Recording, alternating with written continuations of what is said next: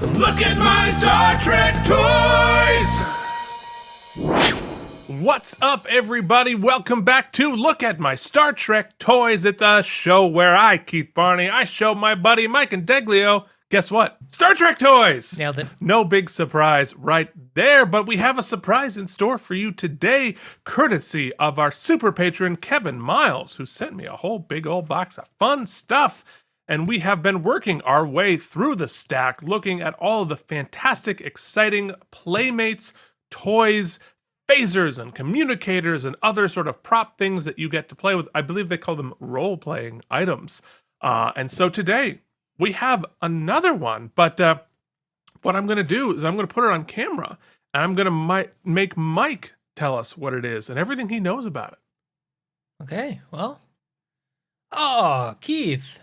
That's the Bajoran phaser, clearly. It sure is. And that is something I have a mini version of over here, just out of view, that Kira Nerys is holding. Very badassedly. I can't wait to move her to her new shelf in the new place. And yeah, that's what I know about it. Kira had one. Well, okay, there you go. And all of the Bajoran security right here. So this is, looking at it, from 1995, which would have been 3 years, 93, 94, yeah, 3 years into, this is interesting, because of course, Deep Space Nine is where you see your Bajoran phasers, but guess what? This is technically a next-gen branded toy. Now, we did see Bajorans on Next Generation. Of course, Ensign Ro was a Bajoran, and but I don't think we ever went to Bajor, which this. But it also says seen on Deep Space Nine. As seen on Deep Space Nine, and we see a bit of a matte painting there of Bajor. Interesting. Now, riddle me this, would brand Keith. it Next Gen. In that insert photo where it says as seen on Deep Space Nine, is that a rendering or is that a action figure hand holding it? I believe it is a real an hand, actual person, yeah, a left-handed person. On obviously a airbrushed version of the phaser, because I don't think it actually shoots a particle beam.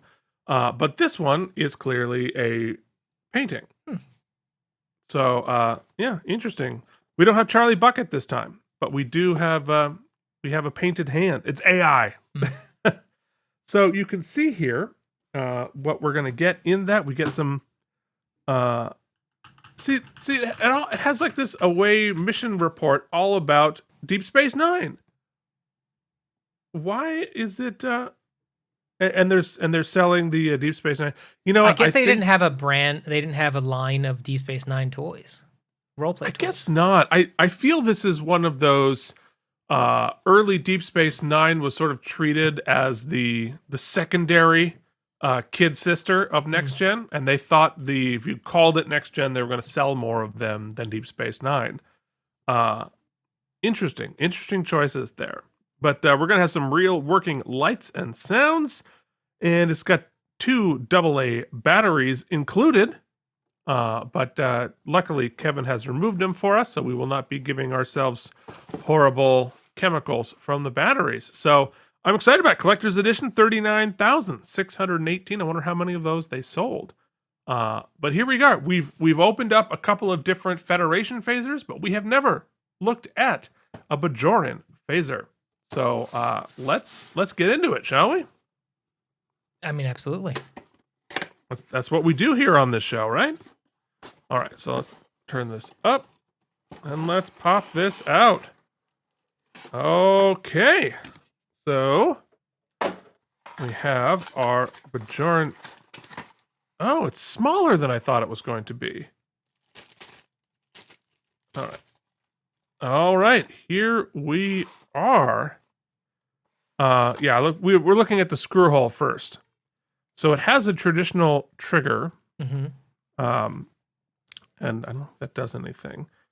It's way smaller than I thought it would be. Yeah. Now, granted, I have big hands, and these are for children, but I believe the other ones are scaled at regular size. This looks like it's scaled down a little bit. Yeah. Which is interesting. A lot of the details on the Bajoran phasers we don't actually get a really good close-up view of them on the show ever. Mm-hmm. Because it at that point is still in standard definition, but we're, because it's so Starfleet focused, we see that the Bajorans have them, but we don't actually get a good close look at them. So in a lot of ways, this is interesting. We have almost a traditional, human pistol grip here on the end with the phaser. It's interesting.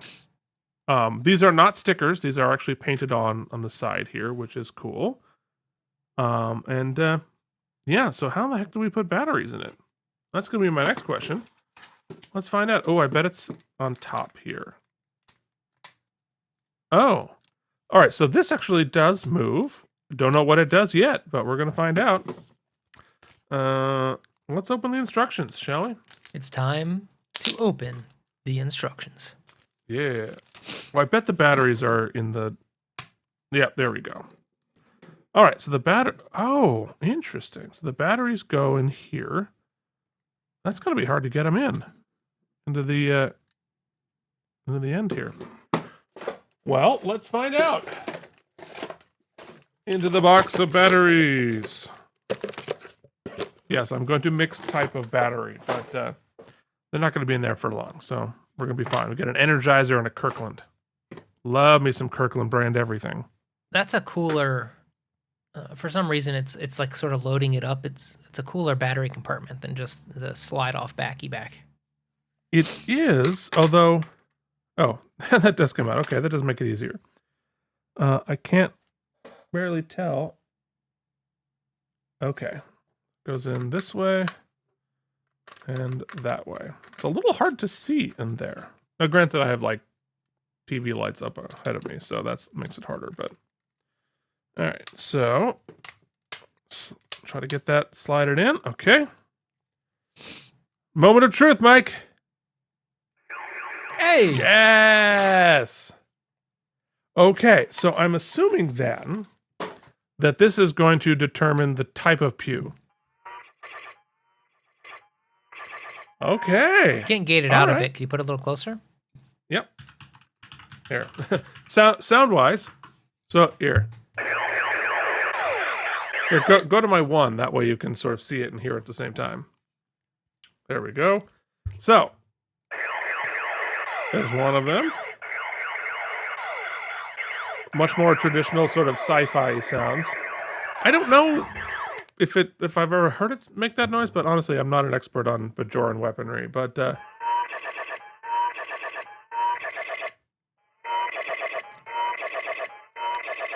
so I mean, those are cool sounds and cool lights. I would have to go back and analyze it to talk about how accurate these sounds are. Right. We're not going to play the game where I asked Jim whether it's right, because he guaranteed what are Bajorans. So now, Keith, what I'm going to do here. Yeah. Let's keep that shot. Mm-hmm. Because I'm going to. So how do I do this? Okay, boop. Oh, what's happening? Oh, there we go.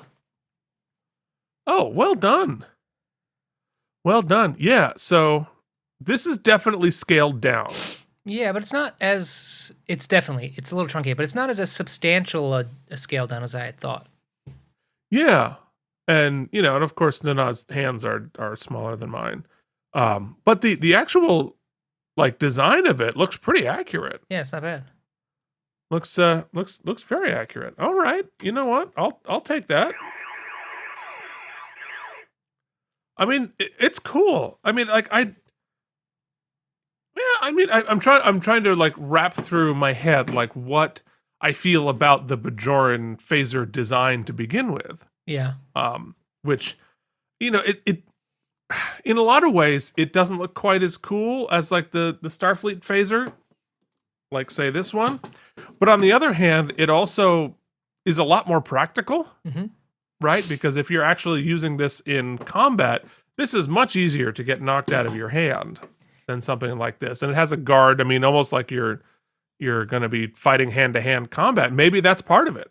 Now, I will say that I have often been quoted on our show as saying that I don't find Star Trek's take on weaponry to be particularly cool looking. Yeah.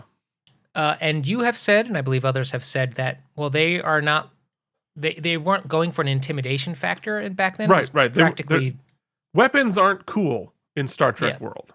Yeah. And I buy that. But even if that's the case, right, as far as like in the Bible or whatnot, in the show Bible, it's tough to then make a cool toy. You know what I mean? Like, if that's your goal. Like Han's blaster is still cool. Well, that's neat. Yeah, it's a nice little detail in there.